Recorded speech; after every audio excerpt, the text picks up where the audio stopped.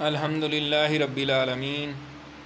والصلاة والسلام علی رسولہ النبی الکریم وعلی آلہ واصحابہ واہل بیتہ اجمعین، اما بعد۔ ریاض الصالحین کا ہم مطالعہ کر رہے ہیں اور آج باب نمبر 140 کا ہم مطالعہ کریں گے، اجازت حاصل کرنے اور اس کے آداب کا بیان۔ جیسے کہ میں نے پہلے بھی کئی دفعہ بتایا، امام نووی رحمۃ اللہ علیہ نے جو یہ کتاب مدون کی ہے ریاض الصالحین،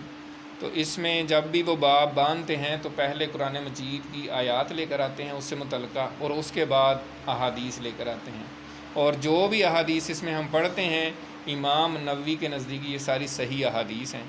اور امام نووی کوئی ایسے چھوٹا موٹا نام نہیں ہے کہ آپ کہیں کہ ایسے کوئی شخص ہوگا جس نے حدیثیں اکٹھی کی ہوں گی۔ تو پوری دنیا میں کئی دفعہ یہ ذکر ہوا ہے اور اس کا ذکر کرتے رہنا بھی چاہیے۔ وہ یہی ہے کہ جس طرح بخاری شریف ہے اور اس کی ہزاروں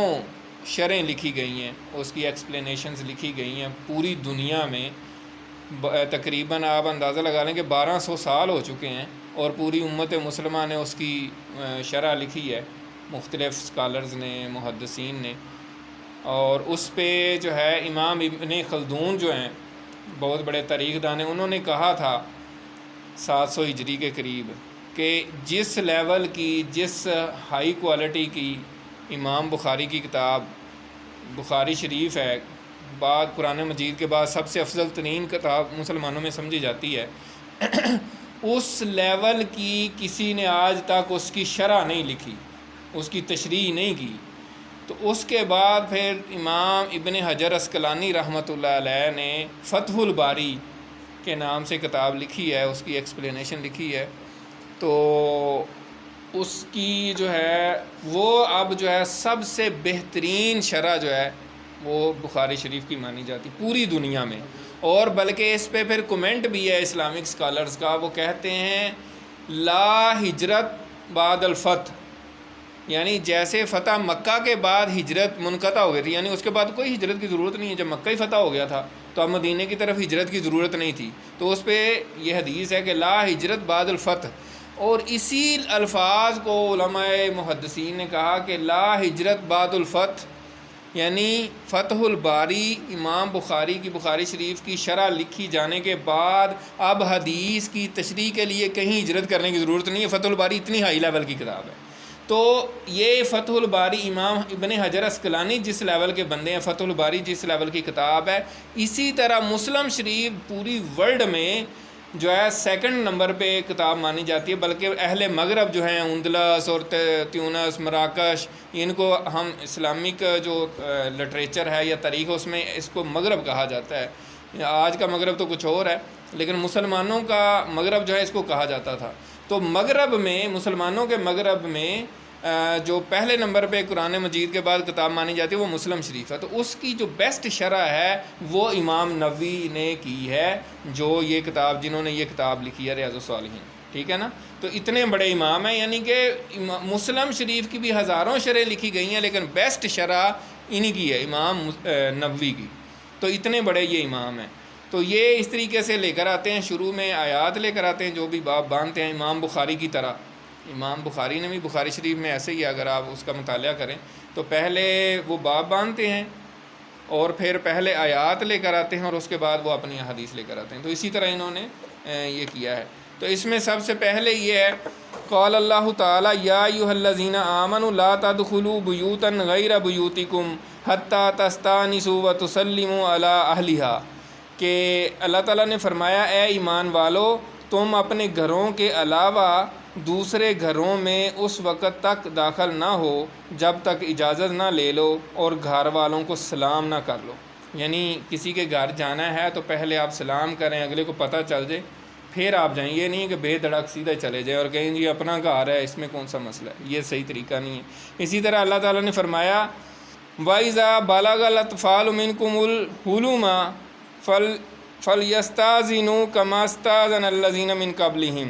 اور اللہ تعالیٰ نے فرمایا اور جب تم میں سے بچے بلوغت کو پہنچ جائیں تو وہ اندر داخل ہونے کے لیے اسی طرح اجازت طلب کریں جیسے ان سے پہلے ان کے بڑے اجازت مانگتے رہے ہیں۔ تو اس میں فائدہ آیات ان میں لکھا ہے کہ ان آیات میں گھروں میں داخل ہونے سے پہلے اجازت طلب کرنے کی ہدایت کی گئی ہے، جس کے مخاطب جو ہے نا وہ بالغ مرد ہیں، حتیٰ کہ اپنے ماں باپ کے گھر میں بھی اجازت طلبی کے بغیر داخل ہونا ممنوع ہے، یعنی جو ٹائم بتائے گئے ہیں اس میں اجازت کے بغیر نہیں داخل ہونا چاہیے۔ تو اس حوالے سے پہلی حدیث ہے، حضرت ابو موسیٰ اشعری رضی اللہ تعالیٰ عنہ سے روایت ہے، رسول اللہ صلی اللہ علیہ وسلم نے فرمایا اجازت طلب کرنا 3 مرتبہ ہے، چنانچہ اگر اجازت دے دی جائے تو اندر چلا جائے ورنہ واپس لوٹ جائے۔ یعنی آپ کسی کے گھر میں جب جاتے ہیں تو آپ 3 دفعہ اجازت مانگیں گے، بیل دیتے ہیں تو 3 دفعہ سے زیادہ بیل نہیں دینی، مطلب اجازت کا مطلب یہی ہے، ٹھیک ہے۔ اور اگر 3 دفعہ دروازہ کھٹکھٹایا ہے، بیل دی ہے، کوئی نہیں آیا تو پھر آرام سے اپنے گھر تشریف لے جائیں۔ یہ نہیں ہے کہ میں آیا ہوں، میں یار اتنی دور سے آیا ہوں اور میں اتنا بڑا وہ ہوں اور یہ باہر ہی نہیں نکلا، اس کی کیا جرت ہے، یہ رویہ جو ہے نا یہ صحیح نہیں ہوگا۔ اور دوسرا آگے حدیث میں آ جائے گا کہ طریقہ کار کیا ہے اس اجازت طلب کرنے کا۔ تو اگلی حدیث ہے، حضرت سہل بن سعد رضی اللہ تعالیٰ عنہ سے روایت ہے، رسول اللہ صلی اللہ علیہ وسلم نے فرمایا اجازت کا طلب کرنا اس لیے مقرر کیا گیا ہے کہ نامحرم پر نظر نہ پڑے۔ یہ بھی بخاری اور مسلم کی متفقن علیہ حدیث ہے، پہلی بھی متفقن علیہ حدیث تھی۔ یعنی اجازت طلب کرنے کا مقصد کیا ہے کہ جب کسی کے گھر میں آپ انٹر ہوں تو بغیر اجازت نہ داخل ہو جائیں، پہلے اجازت لیں، گھر والی خواتین ہیں، کام کر رہی ہیں، کسی حالت میں ہیں تو وہ نامحرم کے اوپر نظر نہ پڑے۔ یہاں سے بڑے سبق نکلتے ہیں، یہ تو بظاہر ہم گھر میں داخل ہونے کی بات ہے، نامحرم کے اوپر نظر نہ پڑے اس لیے منع کیا گیا ہے کہ کسی کے گھر میں بغیر داخل کی اجازت داخل نہ ہو۔ تو آپ دیکھیں کہ اس باہر ہم کیا کر رہے ہیں اور معاشرے میں کیا ہو رہا ہے، بازاروں میں کیا ہو رہا ہے، اور نامحرم پہ کہاں کہاں نظر پڑ رہی ہے، کہاں نہیں پڑ رہی، وہ ساری چیزیں اس کے اندر آ جائیں گی، سمجھ رہے ہیں نا۔ یعنی اس ایک بات سے کئی باتیں کھل کے سامنے آ رہی ہیں۔ تو اسلام کی تعلیمات تو بڑی جامع اور بہترین ہیں۔ اگلی حدیث ہے، حضرت ربیع بن حراش بیان کرتے ہیں کہ ہمیں بنو عامر قبیلے کے ایک آدمی نے بتلایا کہ اس نے نبی اکرم صلی اللہ علیہ وسلم سے اجازت طلب کی جب کہ آپ گھر کے اندر موجود تھے، ٹھیک ہے۔ اس نے ان الفاظ میں اجازت مانگی، کیا میں اندر داخل ہو جاؤں؟ یہ اجازت کے الفاظ تھے، جیسے ہم انگریزی میں کہتے ہیں may I come in، یہی کہتے ہیں نا، بالکل اس کا ڈیٹو کاپی یہ الفاظ، یعنی اس کی ٹرانسلیشن ہے۔ اور اس کا عربی میں جو ہے وہ یہ ہے کہ اس نے کیا کہا تھا، فقل علیجو، یہ الفاظ اس نے استعمال کیے۔ اور علیجو کا مطلب ہوتا ہے گھسنا، یعنی کسی جگہ، جیسے وہ یولج اللیل والنہار اس طرح آتا ہے نا قرآن مجید میں۔ تو اب اس نے یہ الفاظ استعمال کی، بہرحال اس کا ترجمہ یہ تھا کہ کیا میں اندر آ جاؤں، ٹھیک ہے۔ تو رسول اللہ صلی اللہ علیہ وسلم نے اپنے خادم سے فرمایا اس شخص کے پاس جا اور اسے اجازت طلب کرنے کا طریقہ سکھلا اور اس سے کہہ کہ ان الفاظ کے ساتھ اجازت مانگ، السلام علیکم، کیا میں اندر آ جاؤں، یعنی یہ طریقہ صحیح ہے۔ اس آدمی نے یہ بات سنی، ظاہر ہے آپ نے اندر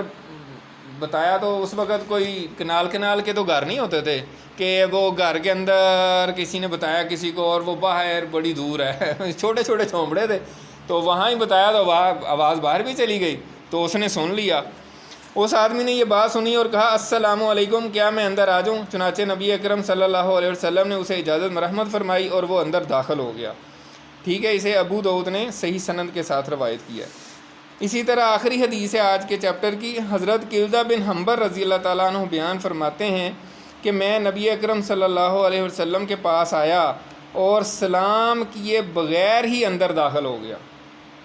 تو نبی اکرم صلی اللہ علیہ وسلم نے فرمایا واپس لوٹ جا اور اسی طرح کہہ السلام علیکم، کیا میں اندر آ جاؤں، یعنی آپ نے اس کو بھی سکھایا اور انہوں نے پھر اس طریقے سے ہی جو ہے نا اجازت مانگی، تو پھر آپ نے ان کو اندر آنے کی اجازت دی۔ تو یہ ہم چھوٹی چھوٹی سٹیپس میں یہ تربیت کی چیزیں کر رہے ہیں۔ لوگ اکثر باتیں بھی کرتے ہیں کہ جی اولاد کی تربیت کیسے کریں، اور آج کل کا بڑا چیلنج ہے، پیرنٹنگ ایک بہت بڑا چیلنج بنا ہوا ہے۔ تو یہی چیزیں ہیں. یہ کتاب جو ہے یہ ہر گھر میں ہونی چاہیے. اور گھر میں اگر آپ پوری فیملی بیٹھے ہیں تو گھر کا بڑا جو ہے اس کو پڑھنا شروع کر دیں. روز کی 2-3 احادیث پڑھیں. ایک چیپٹر، چھوٹے چھوٹے چیپٹر ہیں، 4-4 5-5 احادیث ہیں. تو آپ اپنی اولاد کی تربیت کر سکتے ہیں. اس میں بڑا گریجولی اسٹیپ وائز جو ہے نا تربیت کرنے کی جو ہے نا ساری چیزیں بتائی گئی ہیں. تو اگر ہم اس کو اگنور کریں گے اور غفلت میں رہیں گے اور پھر ہم کہیں گے جی اولاد ہماری یہ کر رہی ہے وہ کر رہی ہے، تو پھر ظاہر سی بات ہے کچھ نہیں کیا جا سکتا. تو اللہ تعالیٰ سے دعا ہے کہ اللہ تعالیٰ ہمیں اس پر عمل کرنے کی توفیق عطا فرمائے. وآخر دعوانا ان الحمد للہ رب العالمین.